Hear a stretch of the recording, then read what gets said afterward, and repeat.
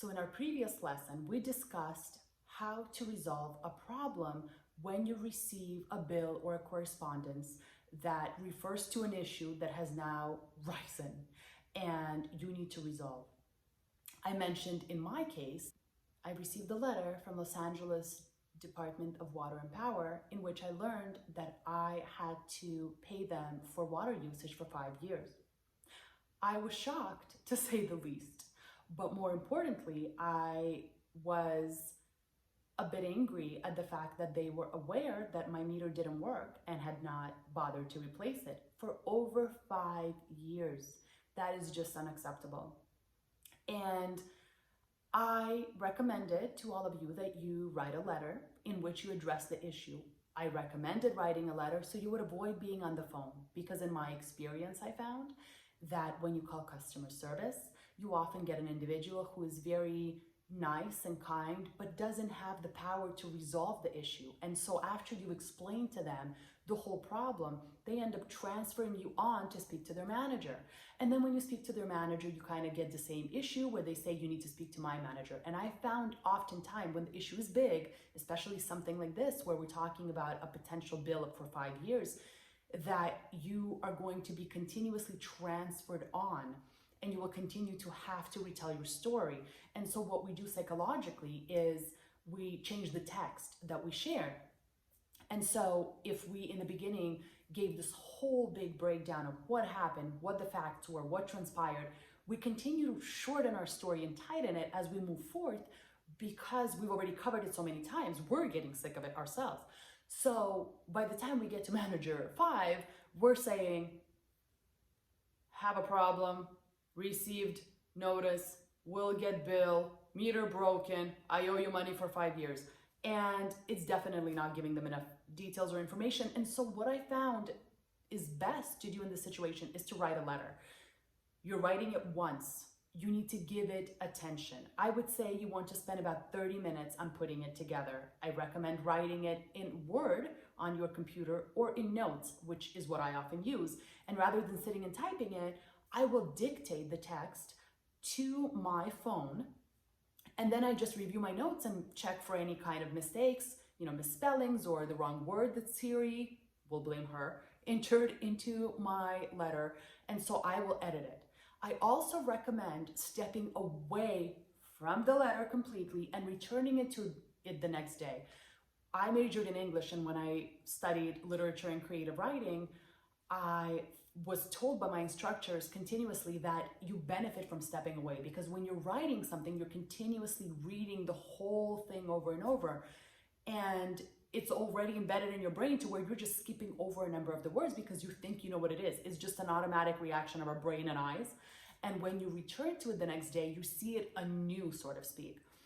And that works really well because then you can notice any mistakes or add additional information you may have thought of in the time that you've had to think over the past day.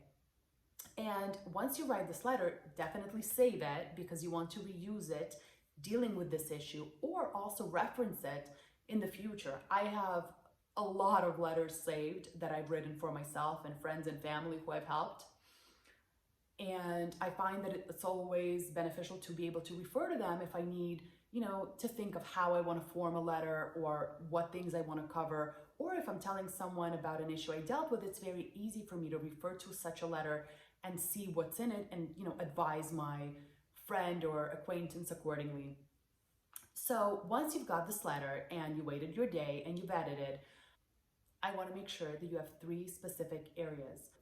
First, you want to write it as you would an essay. So you want to have an introduction, a body, and a conclusion. In the introduction, you're going to state the facts. You're going to say what my problem is, right? So in my case, I would say, I received correspondence. There is no amount. You want me to pay for water for 5 years. You're saying you're going to base it off of what a family of 5 who lived here before me used, and you want me to pay it. In the body, I may cover details such as, I didn't even shower at home all these years. I went to the gym and showered there automatically. Maybe I was away from home for a few months. I was living elsewhere for whatever reason and wasn't, maybe watering the plants as much, or I wasn't adding water to my pool.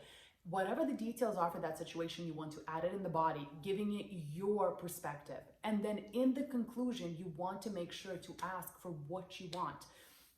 And that's where I would mention the fact that there's a court case right now, so let's wait and see what happens, because that was what was happening in my case. LADWP was in a lawsuit with a lot of residents who had been affected by this. So I want to remind them of the lawsuit so that they wait to see what the lawsuit says once it's resolved before we move forth, because it may work in one of our favors and we want to make sure to apply that. Number two is, if you're going to bill me, I have no problem with that because I did use the service to some extent, right? So I want you to base it on my usage. So let's watch my usage for the next 6 months and then base it on that. But let's not focus on something that had nothing to do with me, previous tenant, multiple people. That's not me. So once I've said that and offered an explanation of what I want to end the letter by saying, I thank you in advance and look forward to a favorable resolution. This is a statement that I always use because we're not trying to screw anyone here, excuse my language, but we want to find something that will resolve an issue, but also to the benefit of the company and to me. It has to be fair. That is the point. We want to be honest and fair. And I find that this statement reminds the reader of what we're trying to achieve. Also, don't forget to write your full name, your address, your telephone number, your email address, and anything else you may need, such as an account number or whatever else was maybe mentioned in a letter or bill you received. And I would then email it to them. Now, you remember again, the way to look that up is you go online, you type in LADWP and the word CEO or CFO or president or supervisor or whatever you want to go to resolve this, and find their name. Then do a new search, type in the name of the individual and the word email, press enter, and you will find their email. This usually takes me no more than a few minutes. It is extremely easy to find someone's contact information. But once we have it, we want to make sure to prepare a letter that is going to get the job done. Make sure to put into it as much as you can so you don't have to redo it. We do it once, we do it correctly, and we resolve issues that way. I thank you for watching my channel. I hope this was helpful. If you did find it helpful, please give me a thumbs up. If you'd like to continue to receive notifications about new future videos, please click subscribe, and I will see you next Saturday. Have a wonderful week and get to those problems. Have a good one. Bye.